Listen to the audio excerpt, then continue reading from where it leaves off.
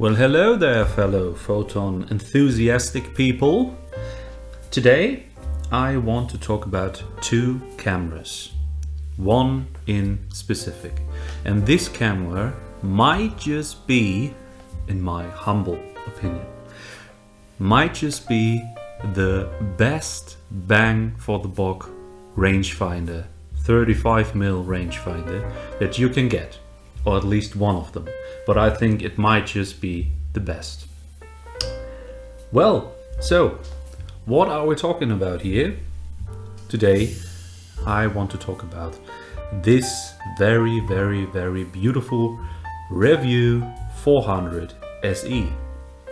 And I want to do a little comparison between this camera and the, let's call it bigger sister, the Canonet Ql17 Giii, the last and arguably best model of the Canonets that Canon built. These cameras are extremely similar. The only real difference is that the Canonet has fully manual aperture control and does not need batteries to control the aperture because it's manual. And the Revue here does not have this feature. The Revue on both of these cameras, the shutter is fully manual, but the Revue needs battery power to control the aperture, because you don't have the ability to get set the aperture manually. Well, so what's the interesting thing about this camera? So today I want to do multiple things actually. The video shall be split in, well, I think 3 or 4 parts. So in the first part I want to talk about pros and cons about these two cameras. What are these cameras even for? You know, what are the usage for cameras like these? What are they great at? What might be disadvantages of cameras like this? And to give you a little bit pro and con, just a little bit of comparison. The second part will be that I show you how to, you know, like not really service, it's not a full service, but if you got one of these cameras, and I, for example, got this one on a local flea market for £20, around 20 euros, not pounds, so 20 bucks. And I was extremely pleased with that. But this camera had some problems. The viewfinder was very cloudy. The light seals were like completely trashed, like usual basically. And the whole camera was kind of filthy. So it needed a cleanup, especially the viewfinder. And this is what I want to show you, and some other like small improvements that you can do with a very limited amount of tools. In this case, basically all you need is a small Phillips screwdriver, PH00 in this case, and what really helps is a way to unscrew this part here, but I will show you that in the video. Basically just the same can be applied for the Canonet as well. And the third part will be that I want to do a little comparison, because this camera cost me 20 quid. This camera will cost you a lot more, because it's a Canon, you know, it's a Canon. It's so special. It's beautiful piece of camera history, and for that reason this camera is kind of serviced condition like this, with new light seals cleaned up and everything working fine, film tested, this camera will cost you 250 to like, I don't know, 300, 320 euros. So a hell of a lot more than this one, you know? So the question that I was asking myself, are these cameras really that different? Spoiler alert. No. But, you know, I want to look at this specifically because as far as I'm concerned, I think that these cameras are extremely similar and that you do definitely not need to spend the extra to get this one in comparison to this one.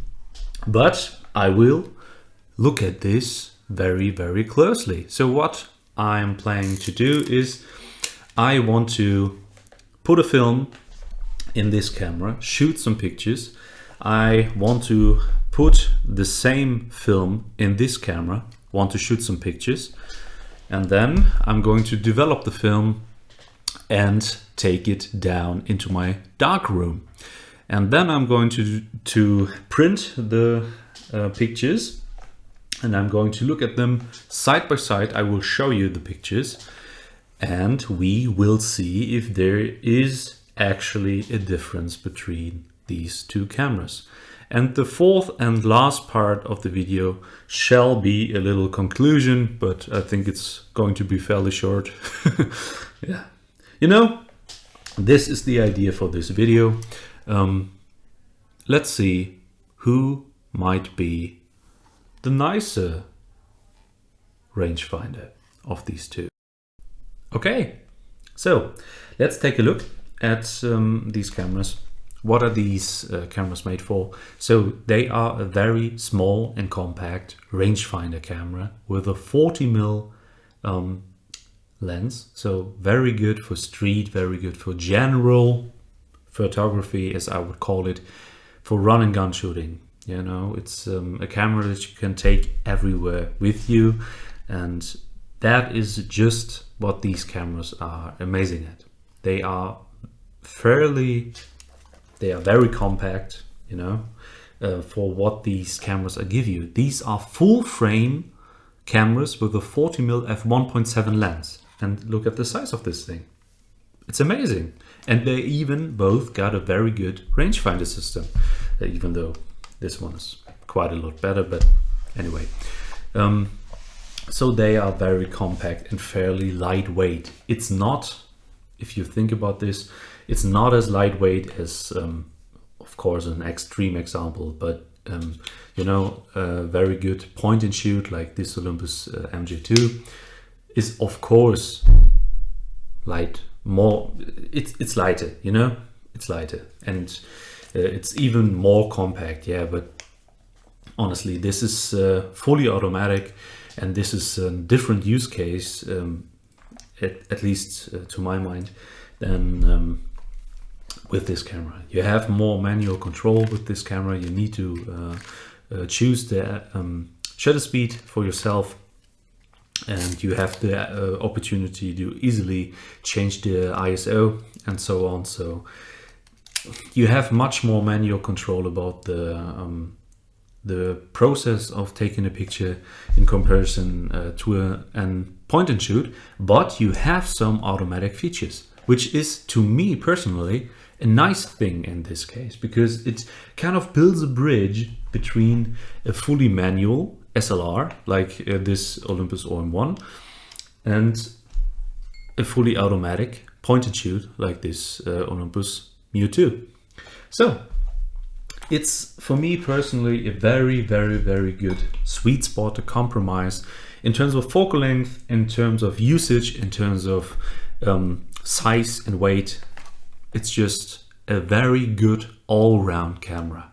Yeah, that sounds pretty good, and it is. I think I love these cameras, especially because of the very good image quality. Especially I've shot some pictures with this Canonet that I absolutely love. So what could you bring in the field against these cameras?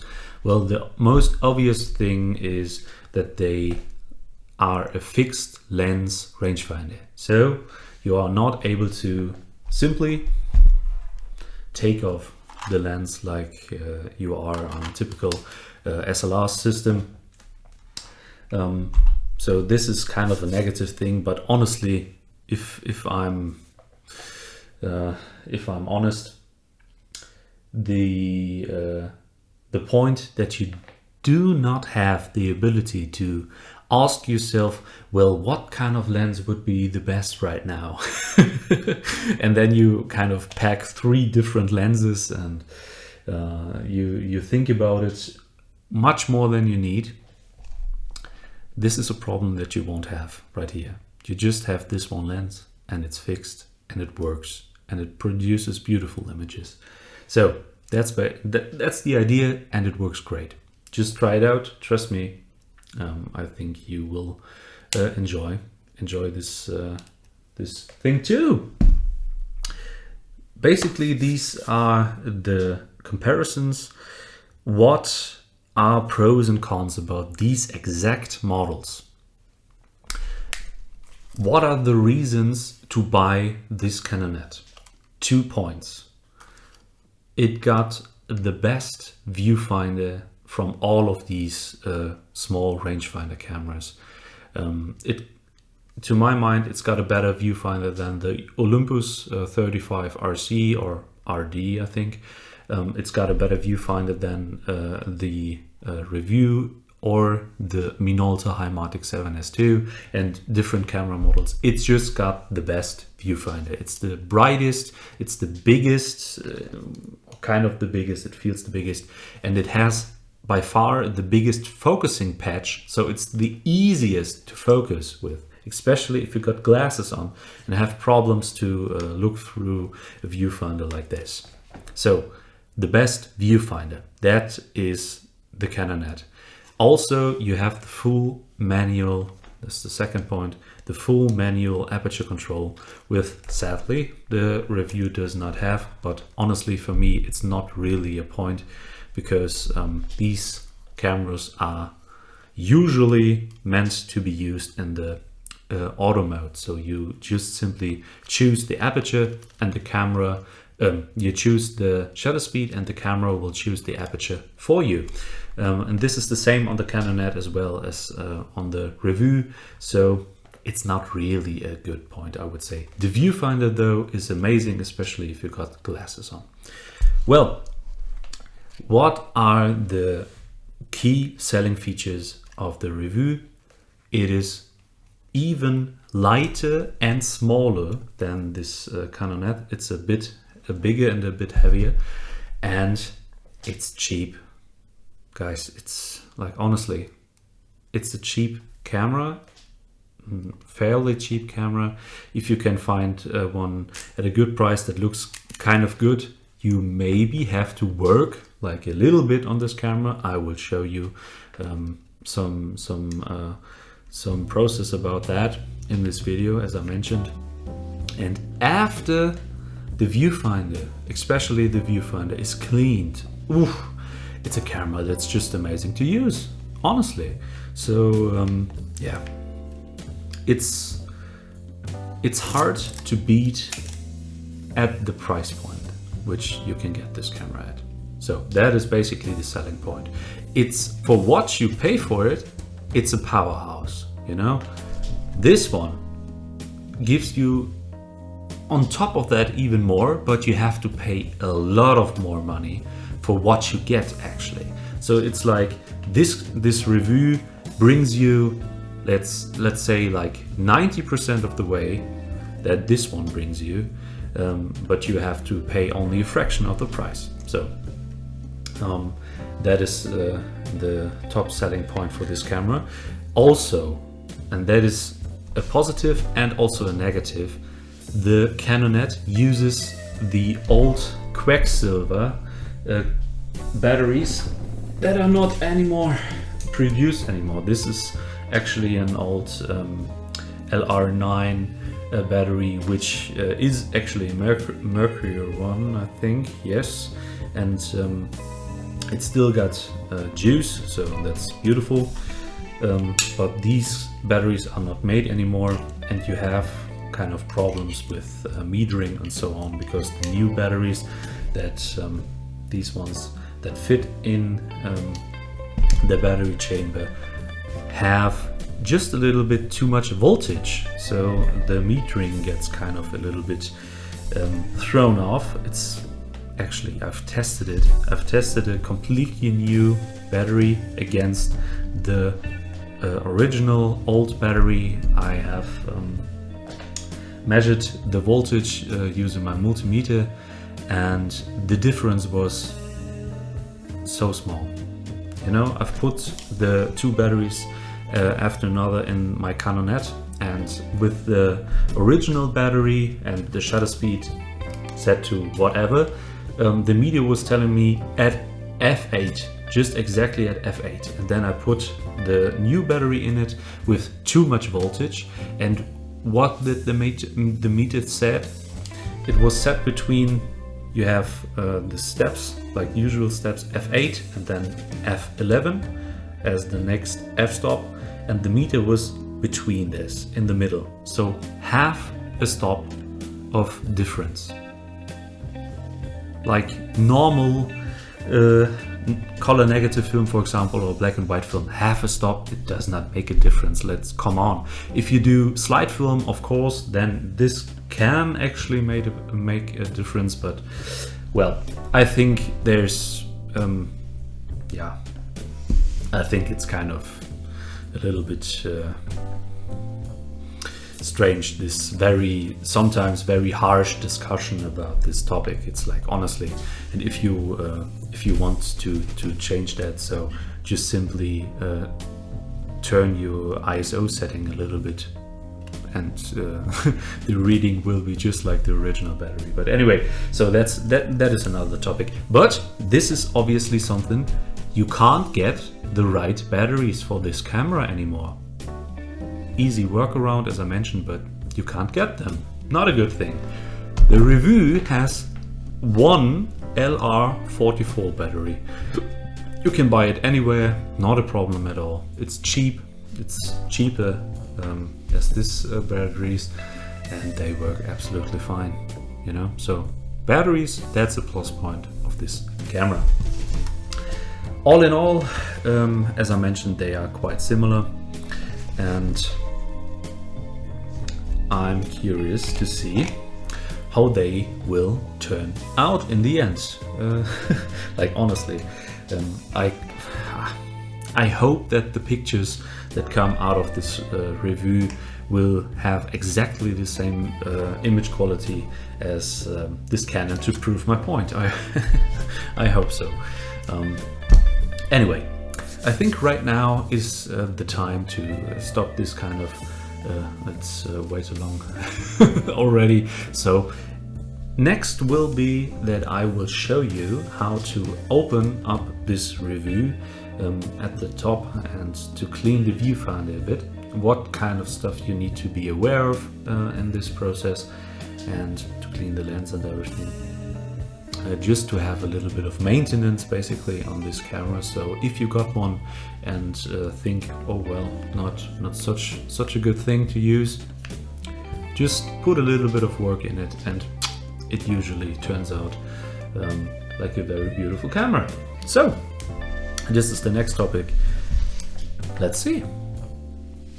Well, hello, welcome to this little service and cleanup part of the video. I will show you how to kind of work a little bit on this camera. So what we want to do, what we need to do is, or what I want to show to you is how to clean the viewfinder. And to do this in a good manner, we will need some cleaning fluid. We will need some naphtha, basically. We will need some cotton swabs, Phillips screwdriver, like I already showed to you. And for further work, we might need a little bit of grease. And to get this part off here right now, you can, I think I maybe can unscrew it with my thumb, because I've unscrewed it before, yes, but originally these are so tight that you need to have something to open them without damaging them. I use an old compass for that. This works beautifully in opening that. A different method would be to have some kind of needle nose pliers, for example like these. These are a little bit tricky because of the spring. You can sort of slip out of them, and then you can easily, they are very easily damaged and scratched, so you don't want to do that.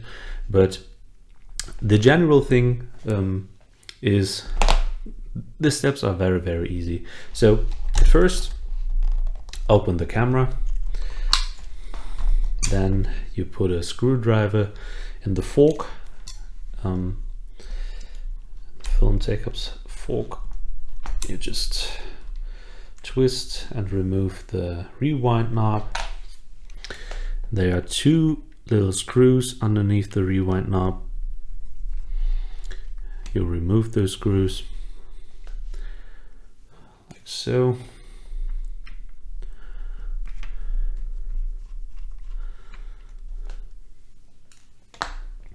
Then we need to remove, let me focus on this one a little bit closer. We need to remove this part of the winding lever.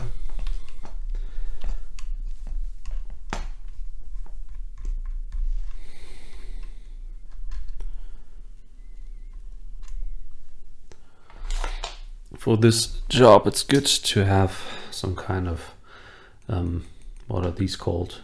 I'm not sure at the moment from the top of my head. There's a little small washer underneath it, so don't lose it. These are a little bit sticky right now because I've put some fresh grease on there, because this tends to make the winding action a little bit nicer. So, and now the only thing that is left is one screw at the side here. If we remove this one as well, we are able to remove the entire top plate of the camera. It's super simple. So only three screws and the removal of the winding lever. And then we can open it up like you see right now. We can remove the shutter button, lay it to the side, and now we are able to clean the glass parts from the inside. And we are of course able to clean the viewfinder. To clean the viewfinder, we need to lift up the sticky tape and kind of lift up the cable that is connected to the light meter. This green cable goes down to the battery contract in the battery chamber. So this is our power source for the light meter, and sometimes this soldering joint here gets kind of damaged and the light meter does not work. So maybe you can try to fix this, and maybe this will turn your light meter functional again, which would be of course quite beautiful. So I've glued this down already, so I need to kind of course sometimes you use a little bit too much glue. This is originally quite easy to remove, but I will use a small and thin screwdriver or something like this dentist tool here, which helps to get under situations like this to remove glue fairly safely without damaging anything. Oh, this glue is super strong. What kind of glue did I use? So there we go. The glue started to loosen. Don't use this that much glue as I did, because it's too hard to remove. It shouldn't be this hard to remove this cover. But if you do so, if you did it, here's the cover, you know, and underneath this we've got our beautiful rangefinder system. And this rangefinder right here, I've removed a little piece of tape. I will actually put some new tape on it because I've planned to work on this camera again. Now we need to clean it. The last time that I've worked on this camera, I cleaned almost the entire viewfinder, but I did not have any naphtha. So it's not perfectly clean because there are some little spots.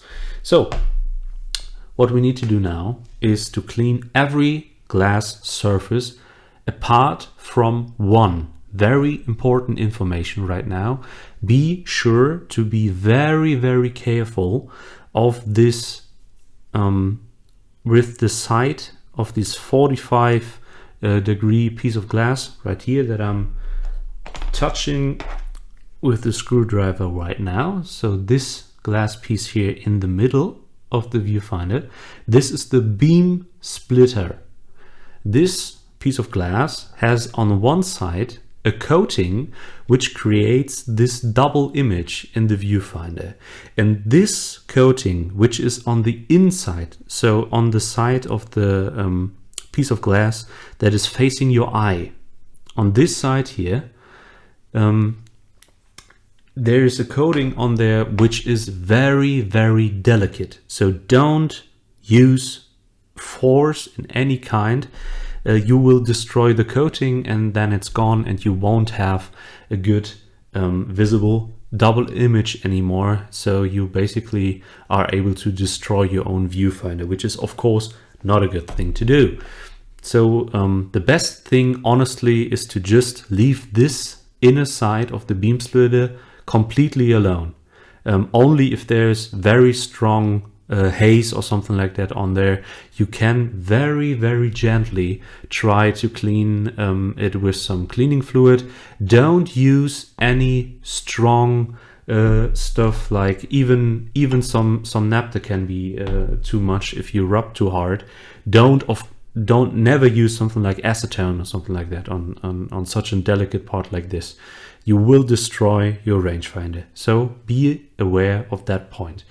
Every other glass surface, so this side, the side of the beam splitter that is facing towards the lens, this is just a glass surface. You can easily clean this one, and every other surface in this camera, glass surface, you can easily clean it. On this side here is also a surface mirror, which you should also be a little bit careful with. But the biggest part and the biggest problems with clouding and kind of a milky viewfinder is on this back lens here, and especially in this kind of, put this cable to the side, in this kind of element right here. These are two glass elements that are glued together, and there's a little slit between them, as you can see. And especially between these two lenses, there's quite often some cloudage happening. So what we want to do is to clean every other lens elements right here. What we need for that is a cotton swab, and I also will use a pair of classic pliers. Obviously, don't ever use pliers like these on the camera. You will only destroy everything that you touch with this stuff. So don't use the tool like this in camera work. But what we need these pliers for is to squish down the cotton swabs to make them nice and flat, and we can also bend them a little bit, so it's easier to access some points of that. See, it's nice and bent, and it's flat. And now we put some lighter fluid on here, and now we clean the surface. And after that is done, as I mentioned, be sure to not to clean, or if you do, be extremely careful with the inside of that. I will not touch it right now. I'll just super fine. No force at all. No force at all. Just very slightly, because there were some slight kind of marks on there, so I want to try to remove them, but don't use any pressure. You know, you will destroy your rangefinder, so be careful. Yeah, that looks quite good. And I will hold this camera to a light source to look through there. Yes, that looks quite good actually. There's only here in this lens right here in the viewfinder, there's only one kind of section that bugs me a bit, so I need to clean it a little bit more. Bend it around to get to the points where it's a little bit hard to reach. Then where's my dust blower? Where are you? Ah, over there.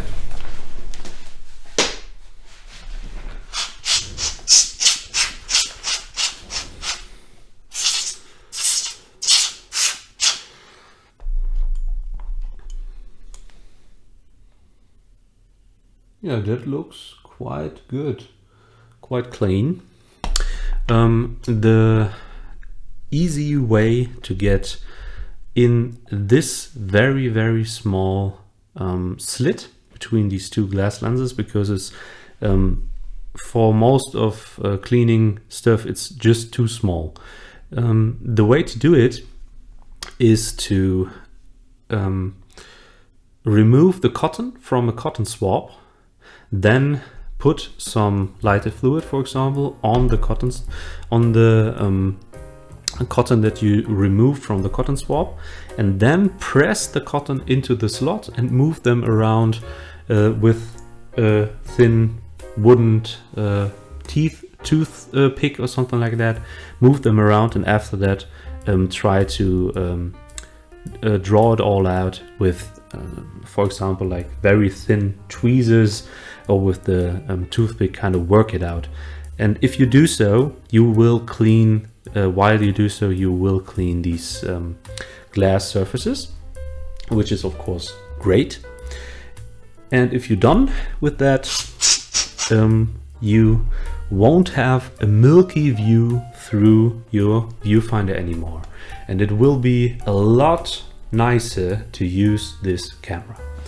Well, now I will simply put a little cover over these two glass surfaces.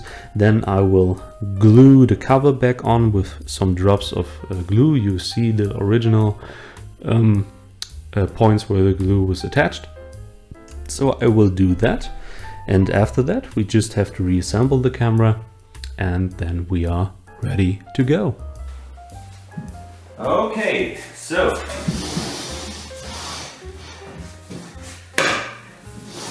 it is time for duel. So the Revue is back together. Your Revue hopefully still works and the light meter is still functional. It is beautiful. Great job. Yeah, it actually is. Nice. Well, so what is the plan right now? I want to put some film in the Revue first and take some pictures with it, and afterwards I'm gonna transfer the film into my Canonet. The film of choice is because I want to compare the sharpness, because I want to compare the result by cropping into the final image to really see how the final sharpness is. I want to shoot a low ISO film with a very fine grained structure. So the film of choice is the Revue 80S. A film that I actually quite like. Well, so this is going to be our film, and the setup that I thought about is I'm going to put these cameras on a tripod and then use a cable release to hopefully does not get any motion blur at all, and then it should be good. Alright, the test setup is done. I have the Revue with film inside right here. I have the camera release attached. The focus point in question is the Canonet. I'm going to change up these two cameras between themselves, so I definitely know what camera I worked with later. I have a very beautiful external light meter that I love to use, and I will use this one to kind of check the settings that the Revue is telling me right now.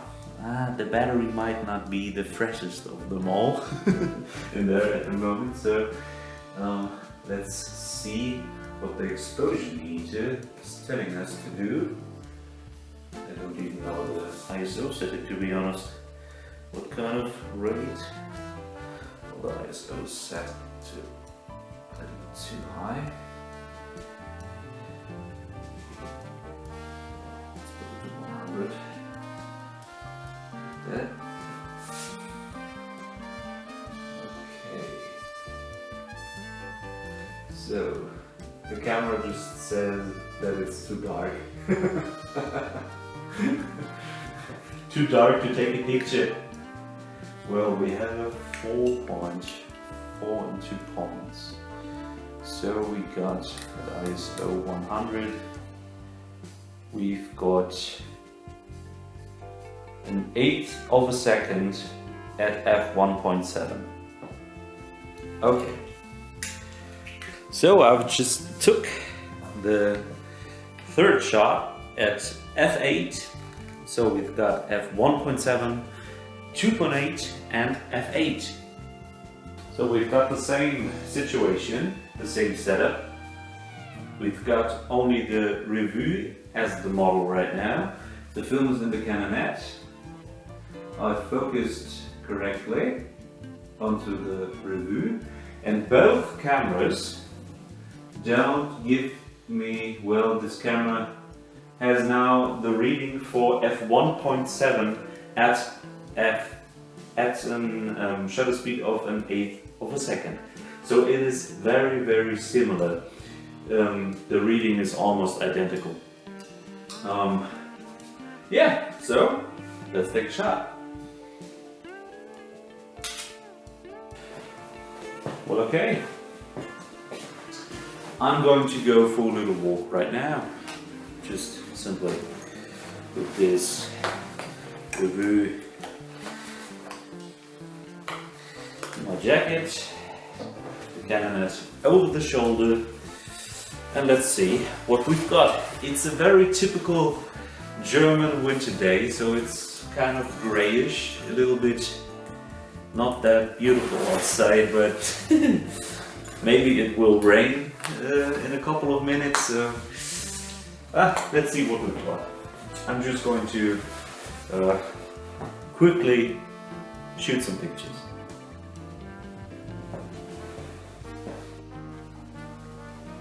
Well, just like I thought, I got a bit wet and kind of flat inside again. And now the film is full. I've shot just a couple of pictures with the Revue. Most of them are shot with the Canonet. I shot all the pictures from outside are from the Canonet. And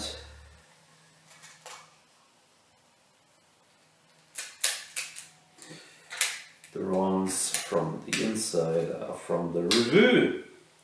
Oh, that was very close. Woo. Now that's a very lucky moment if you develop your film yourself. Huh? We've got the stuff we need. We got a spiral. Put it in here where the tank already sits. And this thingy. Now we just need to prepare the film. To do this, we need to cut the leader. So, like this. And then we already have one rounded over corner. We just need to round over the other corner so it does not get stuck in the spiral as easily. It's way easier like this. It's way easier to get it in. And now we just need a simple bottle opener. Throw all of this inside, get the film out and onto the spool and into the light tight development tank, and then we're ready to start. Welcome to my teeny tiny bathroom. Here we are going to develop the film. The film is in here, of course. I will start with giving it a little bit of pre-soak. Simply with some water.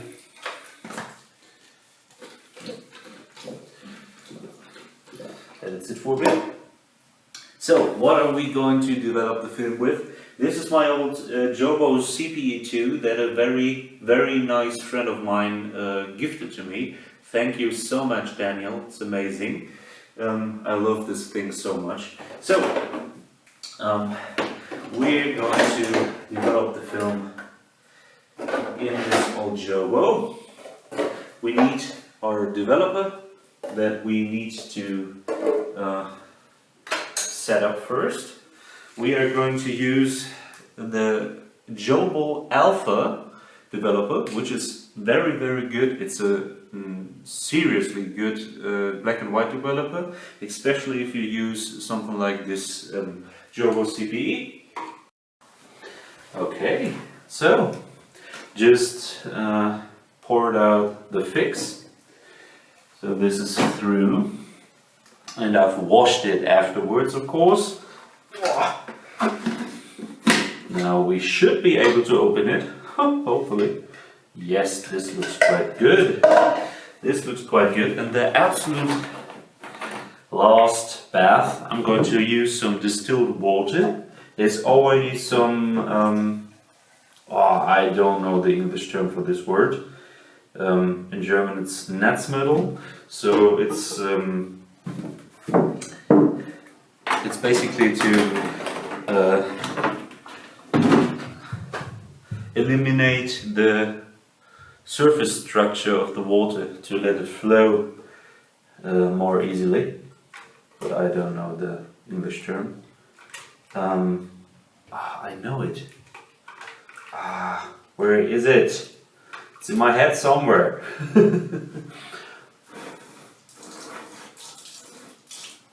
So let's take it out then. So this is our film. I'm gonna shake the water off, most of it, get it as dry as possible before we hang it up. So now we're going to open it. Let's see, this is what it looks like rolled up. If we open it like so, I can roll it all out. And here are our pictures.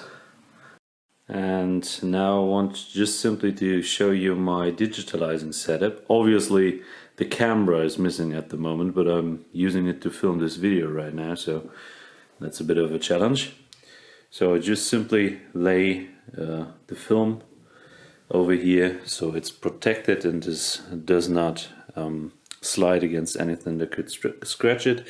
I used the digitalizer from Lomography. This right here is a pair of anti-static brushes that is for the I think it's not mint. It's for the what's this? What is it called? For this from this absolutely beautiful negative holder, but it's too expensive for me, so I didn't use it. Anyway, so it's a pair of anti-static brushes, and what I do is I take a shot, then I wind the film ahead, take the next shot, and that's it. So it's pretty easy. You know, the setup is fairly simple and fast, and after I've scanned all my negatives, I will cut the film and put it in one of these sheets to protect the film. And after that, we are ready to go into the darkroom.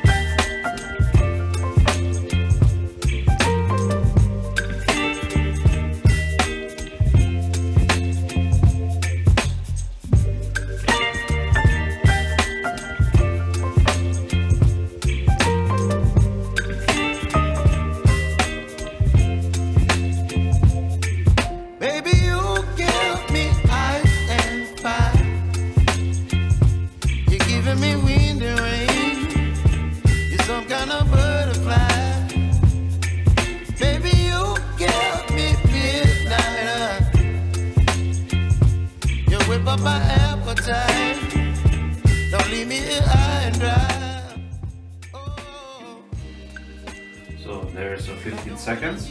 Switch off the enlarger. I'm going to put this into the bath right now. And I'm going to stop the timer at the same time. Now I need to make sure that chemicals are all over the paper, so otherwise we will have some problems. Now I'm going to raise the safety light a little bit. So hopefully you can see the image appear even better, even though it might cause a little bit of problems, but who cares, right? We all here for the magic. Oh, it's every time, man. Oh, Jesus. It's amazing. And here is our picture. It will take 1.5 minutes to fully develop. So now we have 1 minute. The information in the highlights will get developed just at the close, basically. They come later. I'm going to decrease the safe light again. Don't want any more problems. Going to stop the watch and get the paper out of the developer.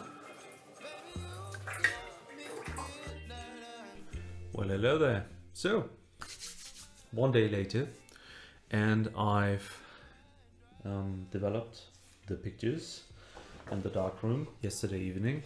All 6 of the pictures in question. So the pictures from the Canonet, pictures from the Revue, and yeah, the results are very interesting. I will show you the pictures on the screen, one after another.